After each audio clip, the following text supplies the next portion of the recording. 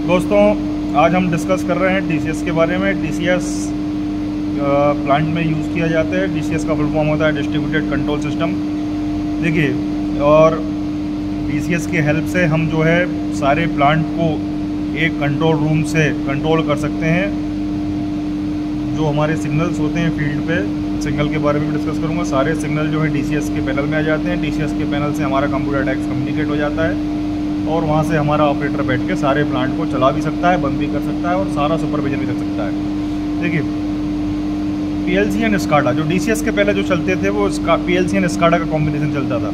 SCADA का मतलब क्या था? Supervisory control and data equation. मतलब हमारा जो सिस्टम है सुपरवाइजरी करेगा, सिस्टम को कंट्रोल करेगा और डाटा को सेव करके रखेगा।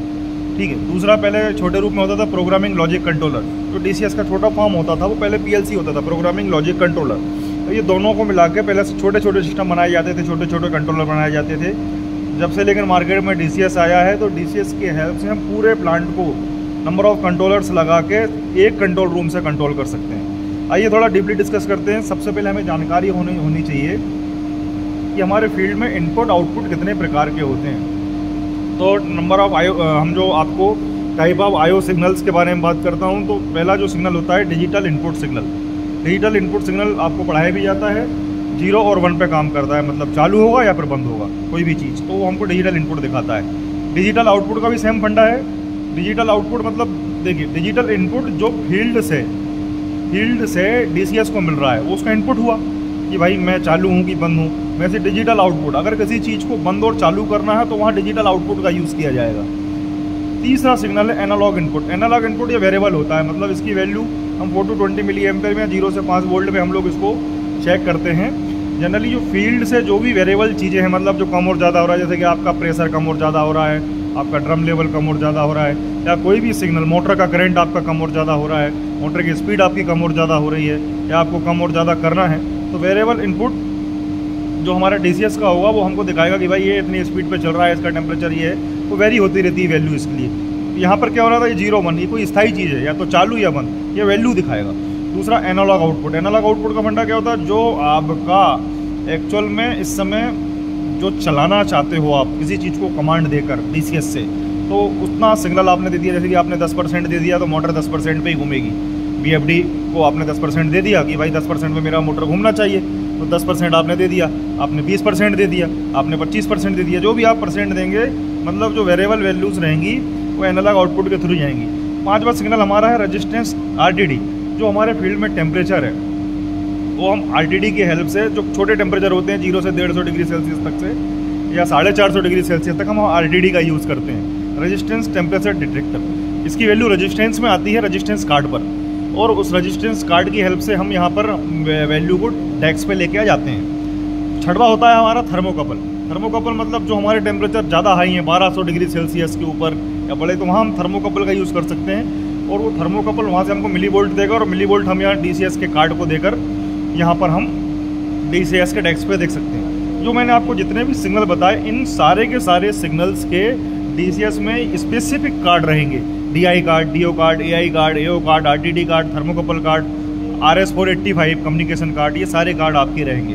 इनका सबका अलग अलग सिग्नल को अलग अलग कैटेगरी में डिवाइड करके और हम उसको सिस्टम पे ला सकते हैं। मैं आपको छोटे से रूप में आपको दिखाना चाहूँगा। तो डीसीएस का कम्युनिकेशन जो रहेगा, डीसीएस के सारे कार्डों का कम्युनिकेशन रहेगा फील्ड के सभी इंस्ट्रूमेंट से, जो भी आपके आरटीडीस लगे हुए हैं, थर्मोकपल्स लगे हुए हैं, जो आपकी बीएफडीस लगी हुई हैं, जो आपके ड्रम लेवल लगे हुए हैं, जो आपके पीआईडी कंट्रोलर्स लगे हुए हैं, जितनी भी आपकी चीज़ें, कंट्रोल वाल्व्स लगी हुई हैं, तो सारे के सारे आपके कम्युनिकेट रहेंगे। मतलब जो आप जो फील्ड पर डीसीएस के थ्रू सिग्नल ले भी सकते हैं और दे भी सकते हैं। जो लेंगे वो इनपुट पे आएंगे और देंगे वो आउटपुट से जाएंगे।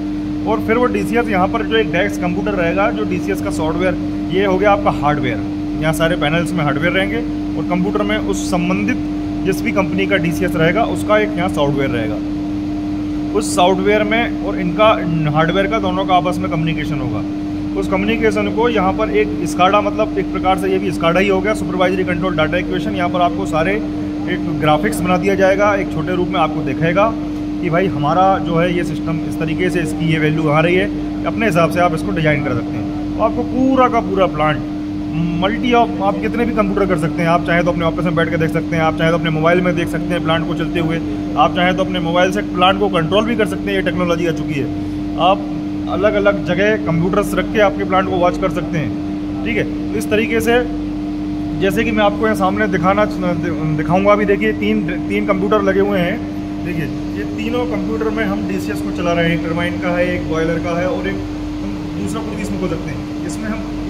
इसमें जो है हम सारी चीज़ें खोल सकते हैं। हम चाहें तो इसमें अभी टरबाइन चल रहा है, हम इसमें अभी हम बॉयलर का ओवरव्यू भी देख सकते हैं। चाहे बॉयलर का ओवरव्यू हमने देख लिया, अगर हम चाहें तो इसमें PIDS का ओवरव्यू भी देख सकते हैं। हम चाहें तो इसमें डीरेटर का, मतलब जितनी भी फील्ड पर चीज़ें अवेलेबल हैं हम यहाँ पर, जैसे कि टरबाइन का स्टीम बाथ पूरा इसका बना हुआ है, आप ये सब सारा चीज़ें देख सकते हैं। आप टरबाइन को यहाँ से रीसेट करके यहाँ से जो उसकी कैलकुलेटेड वैल्यू टेम्परेचर सारे आ रहे हैं आप यहाँ देख सकते हैं। ठीक है, आप जो भी मोटरें, जैसे आप बॉयलर के बीच में दिखाता हूँ, ये सारी मोटरें हैं, ये सारे पंप्स हैं जो आप यहाँ से चालू बंद कर सकते हैं। ग्रीन दिख रहा है मतलब ये चल रहा है। कितना करंट पे चल रहा है वो करंट यहाँ पर दिख रहा है, कितने RPM पे चल रहा है आपको यहाँ पर RPM दिख रहा है। इस तरीके से आप सारे पैरामीटर आप देख रहे हैं, नंबर ऑफ पैरामीटर्स आप देख सकते हैं। प्लांट को चलते हुए आप एक कमरे से एक डेस्क पर बैठकर सारे के सारे प्लांट को रेगुलेट कर सकते हैं। मैं अभी आपको दिखा रहा हूँ, आप DCS का पैनल दिखाता हूँ, पैनल किस टाइप का होता है। तो कुछ आपका जो DCS के पैनल की बात कर रहा था, DCS का पैनल कुछ इस प्रकार का रहेगा। वो आपके जो ऊपर को लगे हुए हैं वो कंट्रोलर्स हैं या आपके कम्युनिकेशन कार्ड हैं सारे के सारे। आपके यहाँ पर AIO DI DO सारे कार्ड्स इस तरीके से यही लगाए जाते हैं आपस में कम्युनिकेट करके। और कम्युनिकेट में आपके चैनल्स लगे हुए हैं, यहाँ उनकी सप्लाई आ रही है। कोई भी अगर सप्लाई आती है तो पहले चैनल शॉर्ट हो जाए, आपका ऊपर तक कोई दिक्कत ना पहुँच पाए, कार्ड सुरक्षित रहे। इस तरीके से आपका एक जो है DCS का पैनल रहता है। तो आगे दिखाया वो तो पैनल्स थे, जैसे कि पैनल के पीछे सारी वायरिंग जो फील्ड से आई हुई है वो यहाँ फील्ड से आई हुई है, और ये वायरिंग जो है कार्ड के पास आई हुई है। तो इस तरीके से वायरिंग, ये फ्यूज लगे हुए हैं प्रोडक्शन के लिए। इस तरीके से सारी की सारी वायरिंग आपकी जो है फील्ड से यहाँ पे आ जाती है, और फील्ड से आप जो है उन कार्ड्स के साथ में कम्युनिकेट करके, उन कार्ड को कंट्रोल के साथ में कम्युनिकेट करके आप एक हेल्दी DCS सिस्टम बनाकर आपके प्लांट को चला सकते हैं। ये दोस्तों हम जो है इस प्रकार से आपको DCS के बारे में एक छोटा सा, देखिए बहुत डीपली टॉपिक है वैसे तो ये, मैंने एक बहुत शॉर्ट टर्म में आपको केवल डेफिनेशन ही बता पाया हूँ, क्योंकि एक सिग्नल पर ही बहुत बड़ा टॉपिक है। मैं केवल आपको एक ओवरव्यू दे पा रहा हूँ। देखिए इस तरीके से जो है मैंने आपको दिखाया सारे। ये आपका DCS फिर से दिख रहा है सामने, एक बॉयलर चल रहा है। देखिए बॉयलर के आप यहाँ फर्नेस का टेम्परेचर देख पा रहे हैं, आप उसके बेड का टेम्परेचर कितना है। ये आपका जो है तीनों बेडे के टेम्परेचर यहाँ पर आपको दिख रहे हैं। आपका यहाँ पर MSSB कंट्रोल वाल्व है, मतलब सॉरी मोटराइज वाल्व है। ये मोटराइज वाल्व, ये जो आप स्टीम को देंगे उसको यहाँ से कंट्रोल कर सकते हैं, बंद कर सकते हैं, खोल सकते हैं। आपको सिग्नल आ रहा है कि खुला हुआ है। ये देखिए ACW पंप चल रहा है तो ग्रीन है, ये बंद है तो रेड दिख रहा है। जो चलेगा वो यहाँ दिख जाएगा, मतलब DI और DO। अगर ये हरा है तो मतलब DI सिग्नल वहाँ से आ गया फील्ड से, मतलब ये ग्रीन हो गया। ठीक है, इस तरीके से आपके चल रहे हैं। फ्यूल कंजम्पशन कितना हो रहा है उसका भी कैलकुलेशन यहाँ पे चल रहा है। ये VFDs पंप है। देखिए VFDs पंप में FD, ये FD की मोटर है, ID की मोटर है बॉयलर पे। तो देखिए आप यहाँ पर ग्रीन आ रहा है, ये DI सिग्नल, मतलब हाँ ग्रीन हो गया, चालू हो गया। ये कौन काम कर रहा है? DI काम कर रहा है, दिखाने का हाँ भाई मैं चालू हो गया। अब जो RPM जो दिख रहे हैं आपको 1024 RPM दिख रहे हैं। 1024 RPM जो हैं आपके, ये दिखा रहे हैं क्या, वहाँ से जो VFD एनालॉग आउटपुट दे रही है। किसको दे रही है एनालॉग आउटपुट? VFD इसके DCS के एनालॉग इनपुट पे। VFD का जो एनालॉग आउटपुट होगा वो DCS का एनालॉग इनपुट होगा। तो एनालॉग इनपुट पर जो सिग्नल आ रहा है 4 to 20 मिली एम्पियर में, उस हमने यहाँ रेंज डाल रखी है। उस मिली एम्पियर के अकॉर्डिंग वो रेंज को कैलकुलेट करके यहाँ पर वैल्यू दिखा रहा है। तो इसको मैच कर लेते हैं और कैलिब्रेट करके कि भाई यहाँ VFD पे 1024 दिख रहा है तो यहाँ भी 1024 दिख रहा है। उसी प्रकार जो एम्पियर दिख रहा है दोस्तों, एम्पियर का भी यही सेम फंडा है। VFD जो एनालॉग आउटपुट निकाल रही है 4 to 20 मिली एम्पियर के टर्म्स में, तो वही हम यहाँ 4 to 20 मिली एम्पियर के टर्म्स में यहाँ हम DCS के इनपुट AI कार्ड पे दे रहे हैं। इस तरीके से हम सारे के सारी चीज़ों को कंट्रोल कर सकते हैं और बहुत इजीली और बहुत आसान काम होता है ऑटोमेशन वाले प्लांटों में काम करना। पहले ये चीज़ें मैनुअली की जाती थी, नंबर ऑफ मैन पावर्स लगता था। ये फीडर्स चल रहे हैं, इतने फीडर लगते थे, मतलब एक एक वाल्व को ऑपरेट करने के लिए बड़े बड़े वाल्व रहते थे ऑपरेट करने में। आधे प्लांट को चालू कर देते हैं, एक क्लिक में बंद कर देते हैं, बढ़िया AC रूम में बैठ के प्लांट चलता रहता है, कोई भी किसी भी प्रकार की कोई तकलीफ नहीं होती। पहले बॉयलर को चलाना इतना टफ होता था, हाई टेम्परेचर पे लोग काम करते थे जाके, बहुत दिक्कतें होती थी। अब उन क्रिटिकल पॉइंट्स पे हमने कंट्रोल वाल्व लगा के, मोटराइज वाल्व लगा के सारे टेम्परेचर को यहाँ पास करके, पहले गेज देखने के लिए आदमी ऊपर चढ़ता था, लंबे लंबे बॉयलर होते थे भाई, 20-20, 30-30 मीटर आदमी ऊपर जा रहा है, देख के आ रहा है, तो कितनी दिक्कतें होती थी। इसको बहुत आसानी से DCS, SCADA और PLC की हेल्प से हम बहुत ईजिली तरीके से इस सिस्टम को हम लेके आ पाए हैं। और अभी भी इस पर खोज चल रहे हैं और number of type of technology आ रही है। मैंने भी आपको दिखाई हार्ड वायरिंग है, प्रोफिबस कम्युनिकेशन आ गया है, कॉपी नेट कम्युनिकेशन आ गया है, बहुत टेक्नोलॉजी बहुत डेवलप हो चुकी है। लेकिन ये भी कम नहीं है, अगर इतनी सुविधा भी अगर व्यक्ति को दे दी जाती है। साथ ही साथ दोस्तों DCS के फायदे क्या हैं? आपके पास सारे पैरामीटर्स हैं। आपकी मान लो कोई मोटर चल रही है, अब आपकी मोटर चल रही है, बड़ी मोटर है, 1000 HP की मोटर है, हीट पंप पे लगी हुई है। अब आप चाहते हैं कि भाई मोटर का मुझे एम्पियर करंट RPM से दिख जाए, वो आप देख सकते हैं। साथ ही साथ मोटर में आप वाइब्रेशन वगैरह की प्रोडक्शन दे सकते हैं। वाइब्रेशन हो तो आपको पता लग जाए, वाइब्रेशन होते ही मोटर वाइब्रेशन से उससे ट्रिप हो जाए। अगर कोई भी टेम्परेचर एबनॉर्मल हो रहा है, मान लीजिए किसी भी बेयरिंग का ड्राई वेंट पे, नॉन ड्राई वेंट पे, तो आप देख पाएंगे हाँ भाई टेम्परेचर ज़्यादा हो रहा है, तो आप देख पाएंगे। तभी तो आपका अलार्म क्रिएट हो जाएगा यहाँ पे कि भाई आपका मोटर जो है इस वजह से बंद हुआ है, आप बेयरिंग चेक करवाइए। तो आप जाके वहाँ बेयरिंग में ग्रीसिंग करवाएंगे। कई बार आपको बेयरिंग टूटा पाया जाएगा। तो इस तरीके से वैसे ही अगर आप मैकेनिकली टर्म में भी अगर आप देखें, कोई भी चीज़ अगर आपको एबनॉर्मल टर्म्स में दिख रही है, कोई टेम्परेचर एबनॉर्मल जा रहा है, कोई आपका अचानक से मान लीजिए, देखिए मैं यहाँ पर इंस्ट्रूमेंट एयर देख पा रहा हूँ भाई 6.7 हमारा कंप्रेसर चल रहा है, तो 6.7 kg का हमको यहाँ पर एयर मिल रहा है हमारा। तो हम वहाँ जाने की जरूरत नहीं है, हाँ भाई एयर आ रही है मतलब ठीक, अचानक से ये कम हो गया तो हम समझ जाएंगे भाई आपका जो है एयर कंप्रेसर ट्रिप हो गया।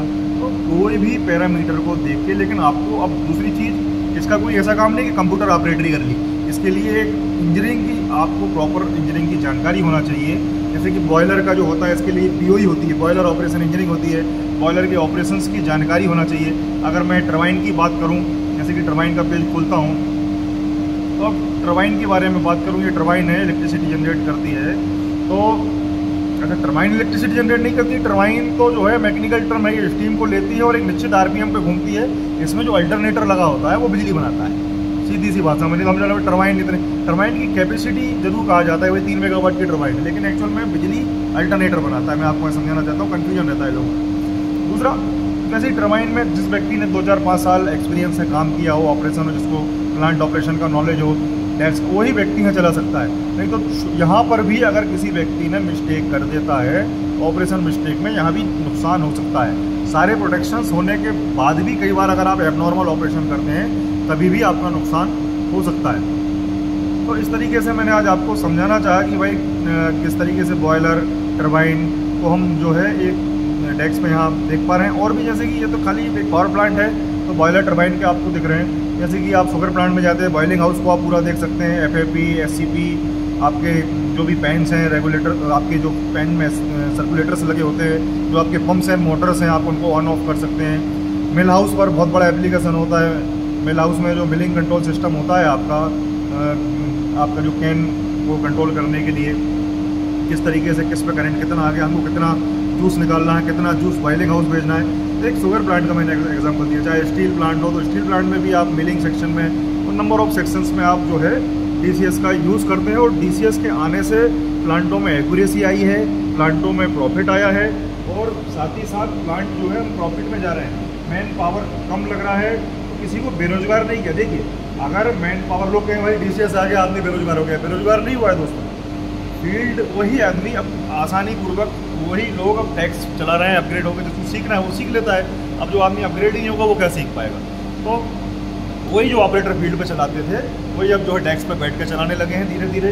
फील्ड में भी आदमी लगते हैं देखने के लिए, लेकिन अब जो भागा दौड़ी के लिए जो आदमी लगते थे, भाई कंट्रोल वाल्व खोलो, ये बंद करो, ये, तब तो जो ईजिली हम जो है एक डेस्क पर बैठ के कर पाते हैं। ठीक है दोस्तों, तो इसी के साथ मैं अपना वीडियो समाप्त करता हूँ। इसी तरीके की टेक्निकल जानकारी लेने के लिए मेरे वीडियो को लाइक करें, सब्सक्राइब करें और प्लीज़ शेयर करें। धन्यवाद, नमस्कार।